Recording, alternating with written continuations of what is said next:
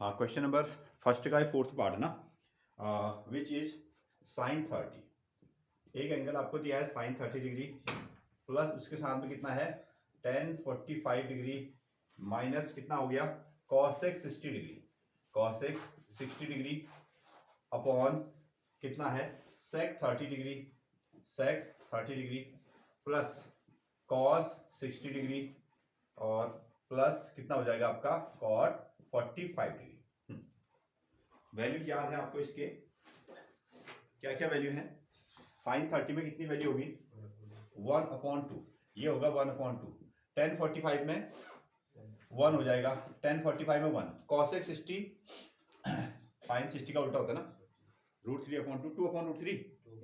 हाँ 2/√3 कितना मिलेगा। सेक 30 अगेन 2/√3 कितना है 2/√3, ठीक है। कॉस 60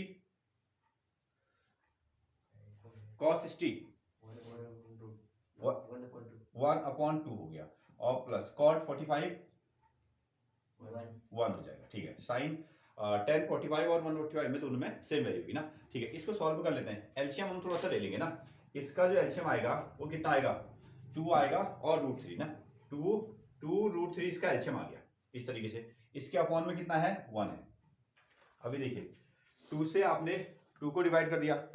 2 से आपने एलसीएम को डिवाइड किया तो 2 और 2 कैंसिल आउट हो गया, √3 इधर मल्टीप्लाई हो गया, ये आ गया √3, ठीक है। 1 से इस एलसीएम को डिवाइड किया तो पूरा कितना आया 2√3 इंटू 1 कितना आएगा 2√3 आ जाएगा। अगेन √3 से फिर इस एलसीएम को डिवाइड किया आपने, √3 और √3 कैंसिल आउट हो गया, कितना बच गया 2, ठीक है। 2 2 कितना हो जाएगा 4, ये बनेगा आपका -4 अपॉन सेम ऐसे ही यहाँ पर को फिर से इसका एलसीएम कितना आया √3, 2 और 1 का एलसीएम कितना आ गया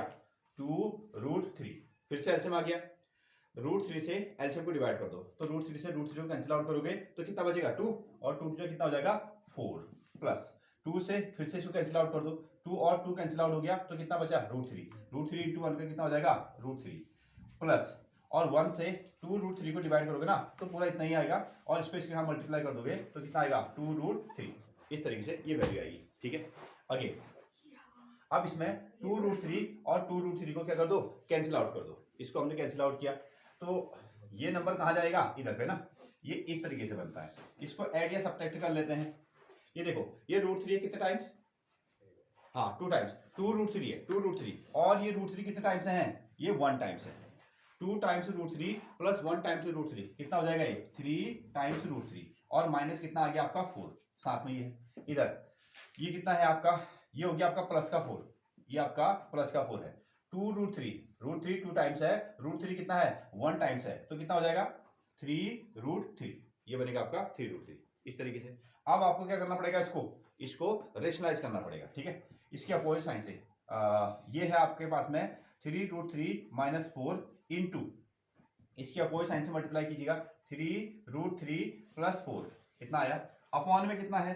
3√3 + 4, सॉरी ये प्लस है ना तो इसके अपोजिट साइन से ये माइनस से मल्टीप्लाई करेंगे, माइनस से। अगेन यहाँ भी 3√3 - 4 इस तरीके से बना।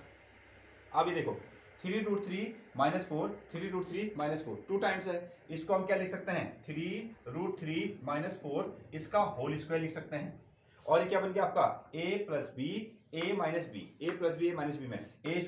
- b², इसको हमने लिखा 3√3 इसका होल स्क्वायर और साथ में कितना -4 का होल स्क्वायर, ऐसा बना। अब इसमें लगा देना तुम a - b का होल स्क्वायर, a - b का होल स्क्वायर पहले वाले में, इसका स्क्वायर करो 3√3 का होल स्क्वायर आ गया और साथ में कितना कर दो आप +4 का होल स्क्वायर, a का स्क्वायर प्लस b का स्क्वायर -2ab 2 2 कितना हो जाएगा 2 × 4 × कितना 3√3, इस तरीके से बना। अपॉन में a² - b², 3 का स्क्वायर करो तो कितना आएगा आपका 9 और साथ में √3 का भी स्क्वायर करो तो क्या बन जाएगा आपका 3 माइनस और 4 का स्क्वायर कर दोगे तो कितना आएगा आपका 16 = अब इसको सिंप्लीफाई करें, ये 3 का स्क्वायर करेंगे तो कितना बनेगा 9 और ये √3 का स्क्वायर करेंगे तो कितना बन जाएगा आपका 3 × 9 दैट इज कितना आंसर आएगा 27। यहाँ इसका स्क्वायर किया तो कितना बन गया 16, इधर मल्टीप्लाई कर दो ना 2 4 जा 8, 8 और 3 का कितना हो जाएगा 20 का 4, साथ में कितना है √3 अपॉन में ये कितना आया 9 3 जा 27, उसमें से 16 घटा दो कितना बनेगा 4 7 11, कितना आ जाएगा 11, ये बनेगा आपका 11 इज इक्वल टू, फिर से इनको जोड़ देते हैं 27 और इसको जोड़ो तो कितना आएगा 7 और 6 13 का 3 1 2 और 4, ये कितना आ गया आपका 43 और साथ में कितना है 24,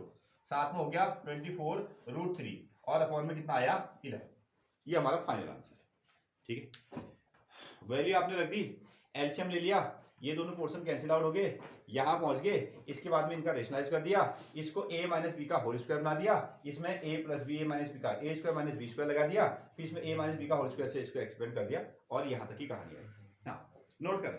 तो ये हमारे पास में फाइनल आंसर होगा, आप उसको इनवर्स कर दीजिएगा। नंबर 5 देखो ये क्या कहता है 5 cos square 60, 5 cos square 60 degree plus 4 which is sec square 30 degree minus कितना tan square 45 degree, tan square 45 degree, again upon में कितना है sin स्क्वायर 30 डिग्री प्लस कितना आएगा cos स्क्वायर 30 डिग्री। अगर तुमने ये फॉर्मूला पढ़ दिया sin square a plus cos square a की वैल्यू कितनी होती है, चैप्टर पूरा कर दिया तुम लोगों ने, हाँ sin square theta plus cos square theta की वैल्यू, अच्छा नहीं पढ़ा आपने, हाँ तो ये आपको 1 वैल्यू देने वाला है ना, हाँ ये आपको 1 वैल्यू देने वाला है। अगेन तो यहां से हम थोड़ा सा वैल्यू रख लेते हैं, इसको भी थोड़ा सा समझिएगा, ये जो स्क्वायर होता है ना, ये जो स्क्वायर होता है ये एंगल का नहीं होता है, ये केवल जो ट्रिग्नोमेट्रिकल रेशियो है उसी का स्क्वायर होता है। हाँ अगर आप इसको बदल के लिखना चाहें तो ऐसा हुआ है, थोड़ा सा मैं इसको मॉडिफाइड फॉर्मेट में लिखता हूँ, ये आपका 5 है, जो cos स्क्वायर 60 है उसको आप cos 60 का होल स्क्वायर लिख दोगे, ऐसा भी आप इसको लिख सकते हो। ठीक है, जब आप इसको यहाँ लाओगे तो केवल क्या होगा cos का स्क्वायर होगा, एंगल का नहीं होगा। ठीक है, हमेशा आप ये याद रखिए, तो इसलिए हम क्या कर रहे हैं cos 60 की वैल्यू रख रहे हैं, फिर जो नंबर आ रहा है उसका स्क्वायर कर रहे हैं इस तरीके से। अगेन प्लस 4 ये आपका sec स्क्वायर 30 है, तो हम इसको sec 30 का होल स्क्वायर। जब आप ब्रैकेट को खोलेंगे तो केवल क्या करेंगे इसका स्क्वायर करेंगे, इसका नहीं करेंगे, हाँ एंगल का नहीं करेंगे आपको कभी भी, ये ध्यान रखिएगा, इसका मैंने स्क्वायर लिख दिया। साथ में कितना है ये tan स्क्वायर 45 है, तो मैं इसको ऐसा भी लिख सकता हूँ tan 45 का स्क्वायर, tan 45 की वैल्यू रखूंगा फिर उसका स्क्वायर कर दूंगा। हाँ ये चीज ये आपको दिमाग में आना चाहिए ना, इसको हम लिख सकते हैं sin 30 का होल स्क्वायर और इसको हम लिख सकते हैं cos 30 का होल स्क्वायर, ऐसा हमने लिख दिया। अब हम लोग चार्ट में चलते हैं, ये तो मैं आपको समझाने के लिए कर रहा हूँ, आप सीधे डायरेक्टली भी बना सकते हो, लेकिन ये स्टेप भी याद होना चाहिए, कभी कंफ्यूजन क्रिएट हो जाता है यार इसका स्क्वायर है तो क्या हमको एंगल का भी करना चाहिए या ट्रिग्नोमेट्रिकल रेशियो का भी करना चाहिए ना, तो केवल किसका होगा ट्रिग्नोमेट्रिकल रेशियो का स्क्वायर होगा। तो cos 60 की वैल्यू कितनी होती है, कितना 1/2, इसकी वैल्यू होती है 1/2 और हमने इसका क्या कर दिया स्क्वायर, प्लस sec 30 की वैल्यू कितनी होती है कितना 2/√3 इसकी वैल्यू चेक भी कर लेना, हाँ स्क्वायर, और tan 45 ये सबसे आसान वैल्यू है, ये हमको कितना वैल्यू देता है 1 देता है। हाँ अगेन यहां से sin 30 की वैल्यू 1/2 इसका होल स्क्वायर कर दिया और इसने आंसर 1 आना है क्योंकि आपने फॉर्मूला पढ़ दिया। cos 60 की वैल्यू cos 30 √3 ना, √3/2 ये रहता है √3/2, ये आपको वैल्यू मिल गई। चलिए अब इसको हम सिंप्लीफाई कर लेते हैं, स्क्वायर भी कर लेते हैं मल्टीप्लाई भी, जैसे यहाँ 1 का स्क्वायर किया तो कितना आया 1 और 5 बन जाए कितना हो जाएगा 5, ये आएगा आपका 5, और यहाँ 2 का स्क्वायर भी किया तो कितना आ गया आपका 4, साथ में प्लस लगा दो, यहाँ 2 का स्क्वायर किया तो कितना आया 4 और 4 से कितना हो जाएगा 16, ये आ गया 16। ठीक है, और √3 का भी स्क्वायर किया, √3 का स्क्वायर किया तो ये रूट हट गया, तो इसको हमने क्या लिख दिया 3 माइनस, और 1 का स्क्वायर करते हैं तो कितना आएगा 1, इस तरीके से। अगेन यहाँ सॉल्व करो, 1 का स्क्वायर करोगे कितना आएगा 1, 2 का स्क्वायर करोगे तो कितना आएगा 4 प्लस बीच में है। ठीक है, √3 का स्क्वायर करोगे तो रूट हट जाएगा, 2 का स्क्वायर करोगे तो कितना आएगा 4 आएगा, ये हमारे पास में कहानी। अब हम क्या करते हैं इनका एलसीएम लेते हैं, इसके अपॉन में कितना आया 1, अब हमने इसका एलसीएम ले लिया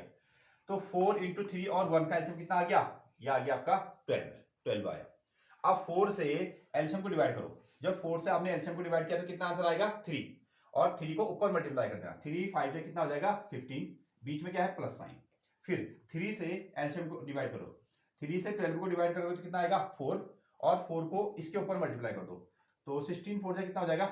ये होगा आपका 64, बीच में क्या साइन है माइनस, 1 से एलसीएम को डिवाइड कर दो कितना आएगा 12, 12 को 1 के साथ मल्टीप्लाई कर दो, 12 1 जा 12, ये कहानी आई। और सेम, अब ये तो सेम नंबर है, इसमें तो आपको ज्यादा कुछ करने की जरूरत नहीं होती है, ये 4 आ गया, ये 1 + 3, ऐसे तो करते हो ना। हाँ, कहानी वही आई, 4 से 4 को डिवाइड किया तो कितना आंसर आ गया 1, और 1 1 जा 1, 4 से फिर 4 को डिवाइड किया तो कितना आंसर आया 1, और 1 3 जा कितना हो जाता है 1 हो जाता है, इस तरीके से। हाँ, इनको ऐड सब्ट्रैक्ट कर लो, इन दोनों को जोड़ दो तो कितना आएगा 64 में हम 15 को जोड़ देते हैं, 4 और 5 का 9, 79 आ गया ना। इसमें से ऐसा कर लो 12 को घटा दो, 12 को इसमें माइनस कर दो, इसमें से घटाया 7 और 67, इस ये टोटल आंसर कितना आ गया 60 का 7, अपॉन कितना है 12, अपॉन में इन दोनों को जोड़ दो, 4 अपॉन कितना आया 4, ऐसा बना। ये 4 से हम 4 को कैंसिल आउट कर देते हैं, कितना बच रहा है 67/12, यही हमारा रिक्वायर्ड आंसर है। ठीक है, बस कैलकुलेशन ही है उस पर ना, एलसीएम लेना, फ्रैक्शनों को फिर से जोड़ देना, ये सब काम। तो फ्रैक्शन वाला काम ही वापस हमको इसमें करना है, बस थोड़ा सा उसको ध्यान से रखिएगा। और साथ में चार्ट आपको याद कर लेना ना, चार्ट आप कॉपी में, एग्जामिनेशन हॉल में कॉपी में उसको बना सकते हैं,